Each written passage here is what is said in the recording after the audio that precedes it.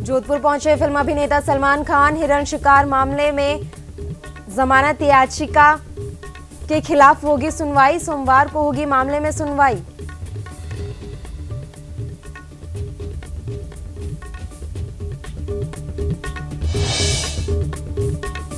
राजस्थान में आगामी विधानसभा चुनावों को लेकर राजनीतिक पार्टियां हुई सक्रिय। कांग्रेस कमेटी की मानवाधिकार इकाई ने 15 जुलाई को बुलाया महाअधिवेशन।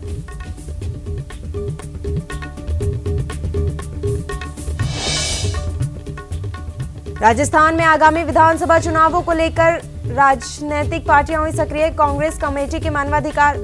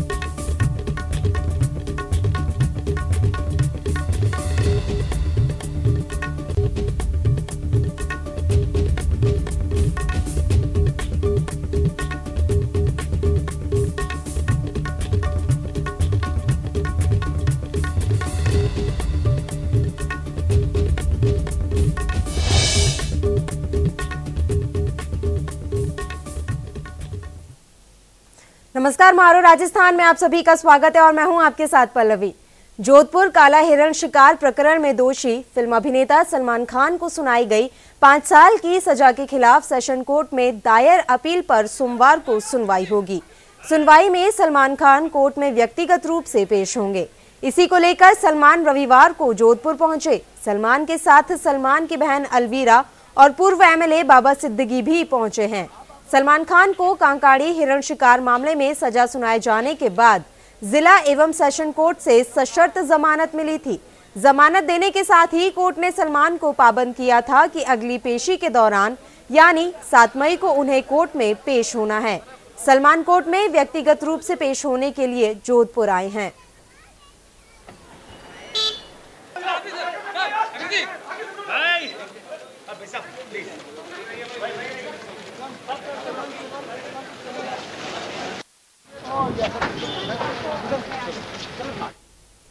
कर्नाटक विधानसभा चुनाव के लिए बीजेपी और कांग्रेस ने जोरदार तैयारी की है।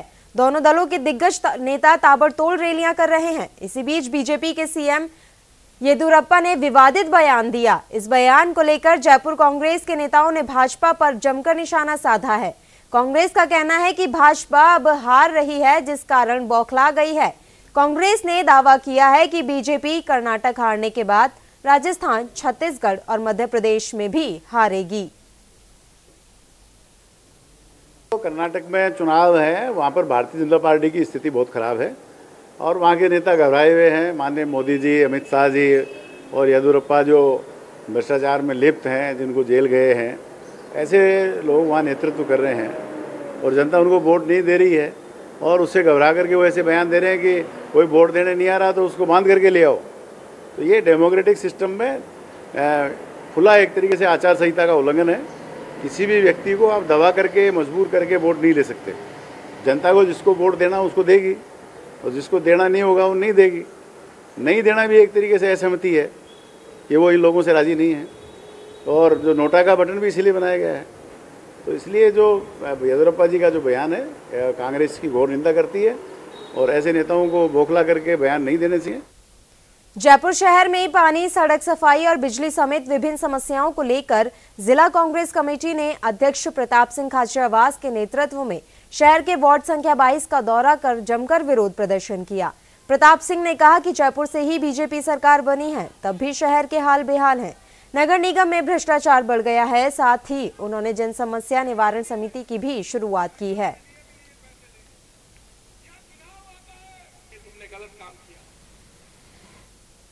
प्रदेश में इस साल होने वाले विधानसभा चुनावों के मद्देनजर अब पार्टियों के अग्रिम संगठन भी सक्रिय होने लगे हैं। इसी कड़ी में प्रदेश कांग्रेस कमेटी की विधि मानवाधिकार इकाई ने आगामी 15 जुलाई को प्रदेश स्तरीय अधिवेशन बुलाया है। इस अधिवेशन में एआईसीसी मानवाधिकार विभाग के राष्ट्रीय अध्यक्ष विवेक तनखा, पार्टी के प्रदेश प्रभारी अविनाश पांडे, पीसीसी चीफ सचिन पायलट सहित कई दिग्गज मौजूद रहेंगे। अधिवेशन में 5 से 6 प्रस्ताव पास किए जाएंगे, जिसमें वकील और आरटीआई समुदाय की समस्याओं के मुख्य बिंदु होंगे। साथ ही कांग्रेस के विधानसभा चुनाव घोषणा पत्र में प्रमुख मुद्दों को जगह देने पर भी मंथन होगा।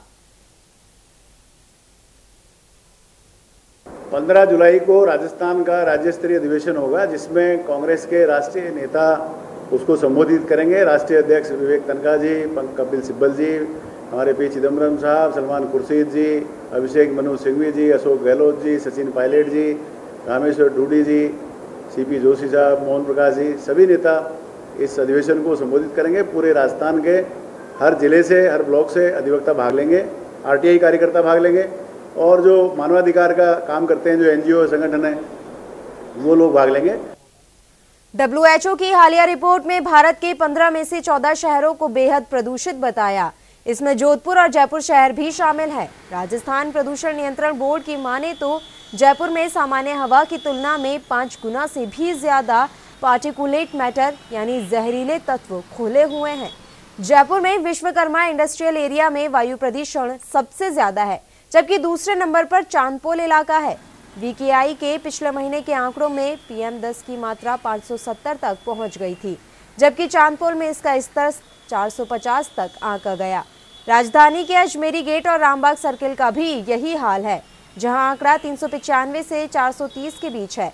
हाल ये है कि शहर में प्रदूषण के कारण फेफड़ों संबंधी बीमारी के मरीजों की संख्या बढ़ रही है। खांसी, जुकाम, स्किन एलर्जी, आई एलर्जी, अस्थमा और फेफड़ों में कैंसर जैसी बीमारियों के मरीज सामने आए हैं। कांग्रेस उपाध्यक्ष अर्चना शर्मा ने कहा कि स्वच्छ भारत के गीत गाने से पहले सरकार को अपने अधिकारियों को जगाने की जरूरत है। जो पोल्यूशन को लेकर के बात है तो इसका सीधा ताल्लुक इस बात से कि हम कितनी ग्रीन एनर्जी को प्रमोट करते हैं। अब स्वच्छता अभियान भी चलाया जा रहा है और भी बहुत सी बातें की जा रही है, लेकिन सच्चाई है कि आज भी हम कोल एनर्जी पर ही डिपेंडेंट हैं और खुद सरकार के आंकड़े गवाएं कि 2030 तक ये व्यवस्थाएं ऐसे कैसे रहेंगी। तो ये सारी चीज़ें जब केंद्रीय स्तर पर या अंतर्राष्ट्रीय एजेंसीज के माध्यम से देश के को टारगेट करके कोई रिपोर्ट आती है तो इसे गंभीरता से ग्रहण करना चाहिए। झूठे दावे करने बंद कर देना चाहिए कि स्वच्छता अभियान चलाया जा रहा है, प्रदूषण मुक्त भारत बनाया जा रहा है, क्योंकि इन सब चीज़ों में देखा जा रहा है कि सारी कवायद खोखली थी और खोखली होने के कारण हमारी रेटिंग इस प्रकार से खराब आई है पॉल्यूशन को लेकर। कृषि मंत्री प्रभुलाल सैनी टोंक पहुंचे, जहां सैनी ने मैत्री महिला मंडल समिति की ओर से आयोजित कार्यक्रम में भाग लिया। आपको बता दें कि सहेली तू नहीं अकेली का लक्ष्य लेकर 2006 में उनियारा दूनी में शुरू हुए महिलाओं के इस स्वयं सहायता समूह ने क्षेत्र की ग्रामीण महिलाओं को आर्थिक और सामाजिक रूप से सशक्त बनाया है। इस महिला मंडल के अथक प्रयास से इस इलाके में शिक्षा का स्तर बढ़ने के साथ साथ कृषि उत्पादन और पशुपालन में भी बढ़ोतरी हुई है।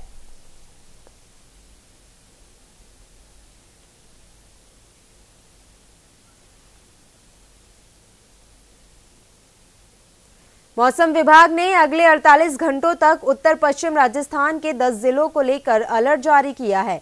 यानी बुधवार के बाद आए तूफान के बाद अंधड़ का खतरा अभी टला नहीं है। मौसम वैज्ञानिक हिमांशु शर्मा ने बताया कि प्री मानसून सीजन में तूफान आना आम बात है, लेकिन तूफान का संपर्क इस इलाके से गुजरने वाले पश्चिमी विक्षोभ से हो गया।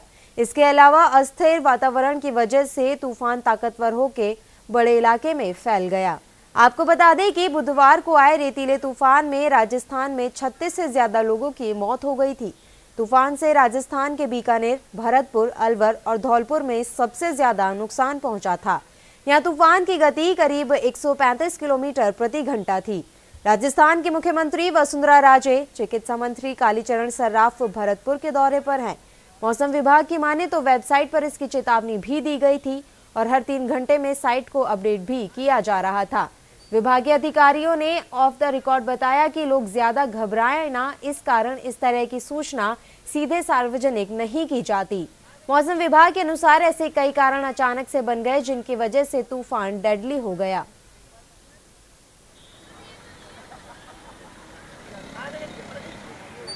वैसे तो ये जो पोस्ट प्री मानसून सीजन है, प्री मानसून सीजन के अंदर इस काइंड ऑफ एक्टिविटी होने के चांसेस वैसे भी रहते हैं, क्योंकि ये सीजन प्रॉन है इसके लिए।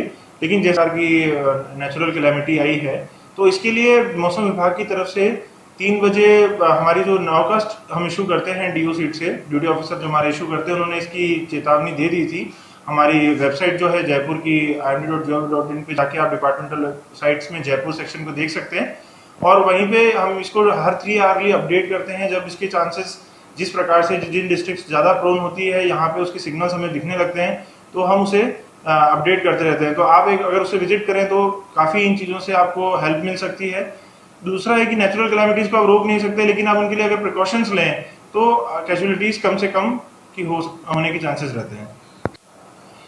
आज भी काफ़ी चांसेस हैं आफ्टरनून के अंदर जो है। जनरली ये जो डस्ट स्टॉर्म्स या थंडरस्टॉर्म डेवलप होते हैं, ये आपके आफ्टरनून के बाद होते हैं, क्योंकि जो सोलर एनर्जी है वो कंसोलिडेट होती है हमारे पार्ट पे, और एक सिस्टम सा डेवलप होता है। जैसा कि हम देखें तो हमारे कुछ एनडब्ल्यूबी प्रोडक्ट्स में ये भी देखने को मिल रहा है कि एक सर्कुलेशन सा मेंटेन है, जो कि काफ़ी पिछले दिन से भी मेंटेन है और आज भी है, और आने वाले 24 घंटे तक भी इसके रहने के पूरे चांसेस। जयपुर के गोविंद देव जी मंदिर में वैदिक ज्योतिष मंथन कार्यक्रम का समापन रविवार को हो गया। 2 दिन चले इस कार्यक्रम का आयोजन अखिल भारतीय ज्योतिष सम्मेलन, वेद ज्योतिष विज्ञान कला संस्कृति, जन कल्याण अनुसंधान संस्थान और सर्व ब्राह्मण महासभा ने किया था। मंथन में देश विदेश से करीब 260 विद्वानों ने हिस्सा लिया और ज्योतिष को लेकर अपने विचार रखे। समारोह में शामिल हाथौज धाम के महाराज बाल मुकुंदाचार्य ने इस मौके पर कहा कि ज्योतिष भारत की पौराणिक विद्या है, जिसका संरक्षण सदैव राजा महाराजाओं ने किया। आरजू अवस्थी को यंगेस्ट आयोजक के सम्मान से सम्मानित भी किया। हमने 2 दिवसीय अंतर्राष्ट्रीय संगोष्ठी वैदिक ज्योतिष मंथन का आयोजन किया। इस संगोष्ठी में देश भर से लगभग 500 विद्वान उपस्थित हुए। विद्वानों ने टैरो, रेकी, हीलिंग, हस्तरेखा, सामुद्रिक शास्त्र, ज्योतिष विज्ञान पर अपनी चर्चाएं की एवं हमें उनके गूढ़ रहस्य बताए। एवं इस समारोह में पग रेखा विशेषज्ञ भी उत्तर प्रदेश बस्ती से मौजूद रहे। डॉक्टर PPS राणा, आचार्य रमेश सेमवाल। बहुत ही सुंदर अवसर है, गुलाबी नगर छोटी काशी, जहाँ वेद वेदांत और ज्योतिष के बड़े विद्वानों का यहाँ सम्मेलन है। 2 दिवसीय सम्मेलन में आज राधा गोविंद देव जी की कृपा से जयपुर में होने जा रहा है। हमारा प्राचीन जो संस्कृति है, धरोहर है, हमारे सनातन धर्म है, वैदिक साइंस है, उसमें महत्वपूर्ण है सब्जेक्ट है ज्योतिष। ज्योतिष ऐसा सब्जेक्ट है, ऐसा विषय है जिस पे जितना शोध किया जाए और शोध के द्वारा जितना लोगों को लाभ पहुंचा जाए उतना ही कम है। यहाँ पर बहुत ज़्यादा विदुषी लोग आए हुए हैं, लेकिन इनके साथ जो मेरा सामंजस्य हुआ है बहुत अच्छा हुआ है। कार्यक्रम में बहुत सारे लोग उपस्थित होकर अपने ज्ञान के विषय में बता रहे हैं, अपना अनुभव शेयर कर रहे हैं।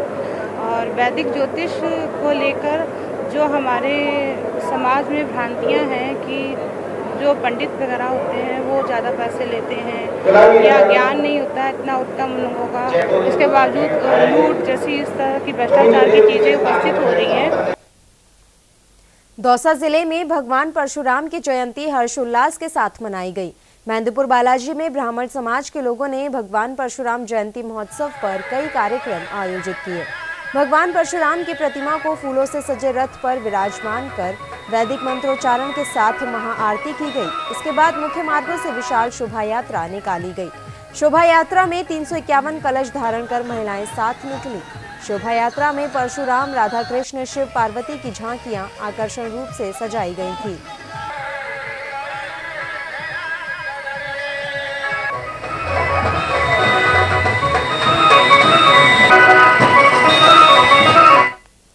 जयपुर में बड़ी चौपड़ के पास धाबाई जी का खुर्रा स्थित लाडेश्वर हनुमान जी मंदिर को नजदीकी ओम शिवा देवालय में शिफ्ट कर दिया गया है। आपसी सहमति के बाद शुभ मुहूर्त में मूर्ति शिफ्ट करने का काम किया गया। ये कार्यक्रम बड़ी चौपड़ धरोहर संरक्षण समिति के तत्वावधान में जिला प्रशासन और जयपुर मेट्रो रेल कॉरपोरेशन के अधिकारियों की मौजूदगी में संपन्न हुआ। ओम शिवा देवालय में जयपुर मेट्रो रेल कॉरपोरेशन की ओर से मंदिर का निर्माण कराया जाएगा, जिसकी नींव की पूजा भी की गई।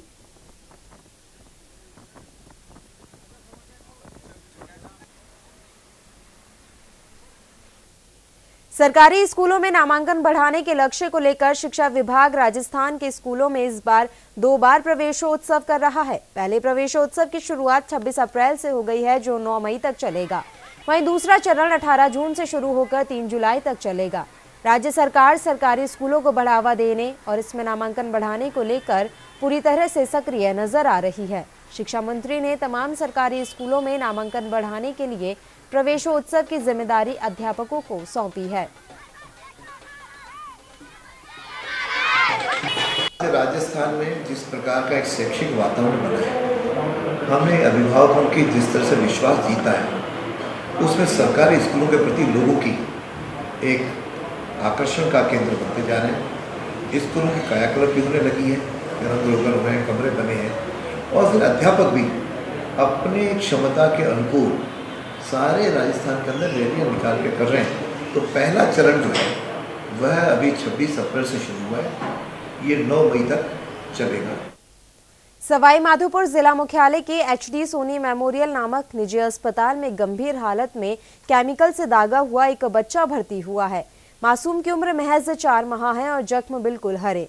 बालक के पेट पर केमिकल से दागने के जख्म बिल्कुल हरे थे। परिजनों से पूछने पर पता चला कि किश्योपर जिला मुख्यालय पर ही एक ढोंगी मासूमों की निमोनिया दूर करने का ढोंग रचता है और बदले में मोटी फीस भी वसूलता है। करीब 7 दिन पूर्व मासूम की बीमारी ठीक कराने के लिए परिजन बच्चे को लेकर उसके पास गए थे और उस ढोंगी ने देशी पाउडर की पुड़िया देकर बालक को गर्म तार की सहायता से केमिकल से जला दिया।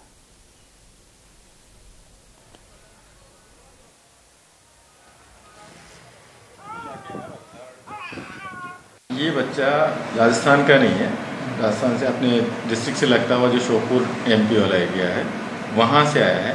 4 माह का ही बच्चा है और इसको थोड़ा सा निमोनिया जैसी तकलीफ थी, 10-12 दिन से था, पिछले 10-12 दिन से। और 7-8 दिन पहले हो सकता है शायद इसने पहले वो बता रहा है कि वहाँ लोकल किसी डॉक्टर को भी दिखाया था। उसके बाद इसके हिसाब से आराम नहीं आया कि किसी पैक के पास ले गए, उसने इसको वही जैसे पहले भी अपने पास एक आध केस आए थे, एसिड से बर्न कर दिया। काफ़ी बड़ा सारा बर्न है एब्डोमेन पे। उसके बाद भी जब रिलीफ नहीं मिला और इसकी कंडीशन और ज़्यादा ख़राब हुई, तब ये लेके सवाई माधोपुर की तरफ आ गए। कंडीशन तो वाकई सीरियस है, नुकसान तो काफ़ी कुछ हो सकता है। एक तो निमोनिया खुद ही नुकसान वाली चीज़ है, छोटा सा बच्चा, उसके ऊपर से आपने अगर एसिड से जला दिया उसको, तो उसकी वजह से इन्फेक्शन, या अगर अंदर तक चला गया तो परफोरेशन। अभी भी बच्चे की कंडीशन काफ़ी ख़राब है, निमोनिया की वजह से भी और इस बर्न की वजह से जो इन्फेक्शन हुआ उसकी वजह से भी। मेरे बच्चे को निमोनिया हो गया था, इसलिए मैं हमारे श्योपुर जिला के अस्पताल डॉक्टर जितेंद्र यादव जी को मैंने दिखाया। उसको दिखाने के बाद कोई आराम नहीं मिल पाया। उसके बाद गाँव के कई लोग कहते हैं कि देसी दवाइयों से आराम मिल जाता है, इसलिए मैंने क्या करा कि मैंने कहा ठीक है देसी दवाइयों का सेवन करवाओ। तो मम्मी और गांव के लोग कुछ कहने लगे वहाँ बढ़िया दवाई देता है, वहाँ अच्छी देता है, और ये जो निमोनिया में जो पसली वगैरह चलती है उससे देसी दवाई से बढ़िया आराम मिल जाता है। तो इस वजह से मैंने सोचा मैं भी क्या करूँ। मैंने होता होगा शायद। मैं पहले भी अपने मनोज गर्ग जी को दिखा के ले गया था, निमोनिया हुआ था जो, मैं बढ़िया आराम दिलवा दिया और भिजवा दिया। उसके बाद में महीने भर करीबन बढ़िया स्वस्थ रहा और क्या नाम से वापस फिर के लौट के। काजी सेवा संस्थान की ओर से झुंझुनू के शहीद स्मारक पार्क में काजी महासम्मेलन का आयोजन किया गया, जिसमें प्रदेश के साथ साथ दूसरे राज्य से भी समाज के लोगों ने शिरकत की। समारोह की अध्यक्षता अजमेर के गद्दीनशीन सैयद दीवान जैनुल ओबेदीन ने की। वहीं प्रदेश अध्यक्ष मौलाना शबीर ने भी समाज के लोगों को संबोधित किया। समारोह में झुंझुनू जिला कलेक्टर दिनेश कुमार यादव, महिला बाल विकास विभाग के उप निदेशक विप्लव न्योला भी शामिल हुए। निवेदन करता हूं कि काजी महासभा का आयोजन है, प्रदेश में पहली बार हो रहा है और हम सब के लिए बहुत ही बड़ा अवसर है, गर्व का विषय है कि हमने हमारे समाज को एकजुट किया है और एक मंच पर लाकर हम बात कर रहे हैं ऐसे मुद्दे पर जिसकी बहुत ज़्यादा आवश्यकता है, यानी शिक्षा। हमें अपने समाज की कुरीतियों को हटाना है और उसका मुझे जो सबसे ज़्यादा स्ट्रॉन्ग माध्यम लगता है वो शिक्षा लगता है। कहीं ना कहीं अगर हम शिक्षा से जोड़ेंगे तो अपने आप सारी समस्याओं का निदान होगा। दूसरी चीज़ ये कि ये इस किस्म के फंक्शन न सिर्फ झुंझुनू बल्कि थ्रू आउट राजस्थान ही नहीं, थ्रू आउट इंडिया होने चाहिए। क्यों कि हर तरह का समाज पूरे हिंदुस्तान के मुख्तलिफ इलाकों में बसा हुआ है, इसलिए लेडीज़ के ऊपर ज़्यादा ध्यान देने की ज़रूरत है। उनको एजुकेट किस तरह से किया जाए और मुस्लिम समाज के अंदर जो IAS, IPS लेडीज़ की कमी है उसकी पूर्ति किस तरह से की जाए। करौली जिले की कांचरौली गांव के पास ट्रक ने बाइक को टक्कर मार दी। हादसे में बाइक सवार महिला की मौत हो गई, वहीं एक युवक घायल हो गया जिसे हिंडौन सिटी अस्पताल में भर्ती कराया गया है। घटना के बाद चालक ट्रक छोड़कर मौके से फरार हो गया। पुलिस ने ट्रक जब्त कर मामला दर्ज कर लिया है और जांच प्रारंभ कर दी है। बता दें कि हिंडौन की चेतराम कॉलोनी निवासी जसवीर किसी परिचित के साथ बाइक पर कैला देवी मंदिर जा रही थी। लौटते वक्त कांचरौली में यह हादसा हो गया। श्रीमती जसवीर कौर बेवा जीवन सिंह जो कैला देवी से हिंडौन मोटरसाइकिल से आ रही थी। यात्रा के दौरान एक ट्रक ने टक्कर मार दी जिससे उसकी मौके पर मृत्यु हो गई, जिसका पंचायतनामा पोस्टमार्टम की कार्रवाई की जा रही है। जयपुर के चंदवाजी थाना इलाके स्थित गठवाड़ी रोड के पास कुएं में 2 दिन पुराना शव मिलने से इलाके में सनसनी फैल गई। शव को देखने के लिए ग्रामीणों की भीड़ इकट्ठी हो गई। सूचना के बाद चंदवाजी थाना पुलिस और सिविल डिफेंस टीम मौके पर पहुंची। सिविल डिफेंस टीम ने रस्सी की सहायता से युवक के शव को कुएं से बाहर निकाला। युवक की पहचान अनिल जाट कांट लखानी शाहपुरा निवासी के रूप में हुई है। पुलिस के अनुसार कुएं में मिली लाश करीब 2 से 3 पुरानी बताई जा रही है।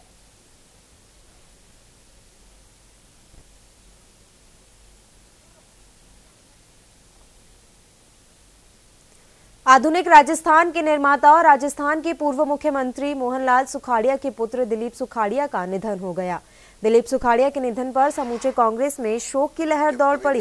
दिलीप सुखाड़िया के निधन का समाचार मिलते ही पूर्व मुख्यमंत्री और कांग्रेस के राष्ट्रीय संगठन सचिव अशोक गहलोत भी उदयपुर पहुंचे। गहलोत ने सुखाड़िया के पार्थिव शरीर पर पुष्पांजलि अर्पित की और उनके परिवार के सदस्यों को हिम्मत दिलाई। अचानक उनका चला जाना सबको, सुखाड़िया जी का अचानक निधन का सुन के बहुत दुख हुआ हम लोगों को। जब कभी मैं आया हूँ उदयपुर के अंदर तो उनसे मिलना होता रहता था और बहुत ही मृदुभाषी और व्यवहार कुशल, पार्टी के प्रति बहुत समर्पित कार्यकर्ता के रूप में भी नेता के रूप में काम किया उन्होंने। अचानक उनका चला जाना सबको बहुत ही ज़्यादा धक्का लगा, आघात लगा है। ईश्वर से प्रार्थना है कि उनकी आत्मा को शांति प्रदान करे और उनके शोक संतप्त परिवार को शक्ति प्रदान करे इस दुख को झेलने की। कोई भी आदमी मदद नहीं कर सकता और उसके जाने के बाद ये निरंतर सक्रिय रह करके राजनीति में जो भी समय समय पर इनसे जो बन पड़ा इन्होंने करने का प्रयास किया। नीलिमा ने भी एक सक्रिय सहयोग करके राजनीति में एक तरह से पार्टी को आगे बढ़ाने का प्रयास किया। क्योंकि हम पार्टी तो दो भिन्न भिन्न हैं, लेकिन जो संस्कार सुखाड़िया जी के जीवन से हमने देखे हैं, कोशिश करें कि उनके कदमों पर आगे चल करके जनता की अच्छी प्रकार से सेवा कर सकें। और दिलीप जी का बहुत बड़ा सहयोग इस परिवार को। अलवर सांसद डॉक्टर करण सिंह यादव ने राजगढ़ क्षेत्र में दौरा किया, जहां राजगढ़ के बाशिंदों ने अपनी जन समस्याओं को उनके सामने रखा। डॉक्टर करण सिंह के पहुंचने पर पूर्व विधायक जोहरीलाल मीणा ने लक्ष्मणगढ़ प्रधान शीला मीणा सहित कई अन्य कांग्रेसी कार्यकर्ताओं ने उनका स्वागत किया। सांसद डॉक्टर करण सिंह यादव ने कहा कि वर्तमान समय में अनेक योजनाएं ऐसी हैं जिनको वसुंधरा सरकार ने लोकसभा उपचुनाव के दौरान घोषणा की थी, लेकिन वह पूरी नहीं हो पाई है।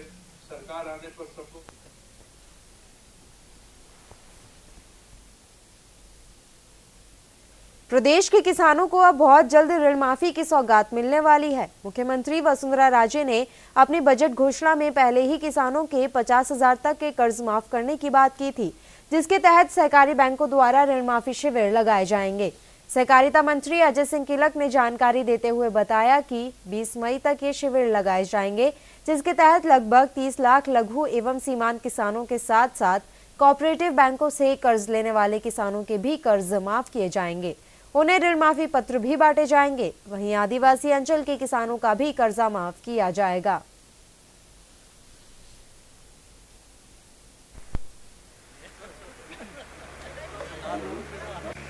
ऐसा है कि ये पहली बार हुआ है, इससे पहले भी कर्ज माफ़ी हुई है, लेकिन इतना उसको विस्तार नहीं दिया गया जितना कि हमारी माननीय मुख्यमंत्री जी वसुंधरा राजे जी ने दिया है। और मैं आपको बताना चाहूँगा कि अभी आंकड़े हमारे पास में आ रहे हैं, जल्दी से आ जाएंगे और 15 मई के बाद में हम ग्राम सेवा सहकारी समितियों पर शिविर लगा करके और उसके कर्ज माफ़ी के प्रमाण पत्र हर किसान को जिसका भी कर्ज माफ़ होगा उसको हम देंगे। और मैं आपको बताना चाहूँगा कि अधिकांश जिले ऐसे हैं जहाँ पर लाखों किसानों का कर्ज अब की माफ़ होगा। मारो राजस्थान में फिलहाल इतना ही। देश प्रदेश की ताज़ा खबरों के लिए आप देखते रहिए न्यूज़ इंडिया।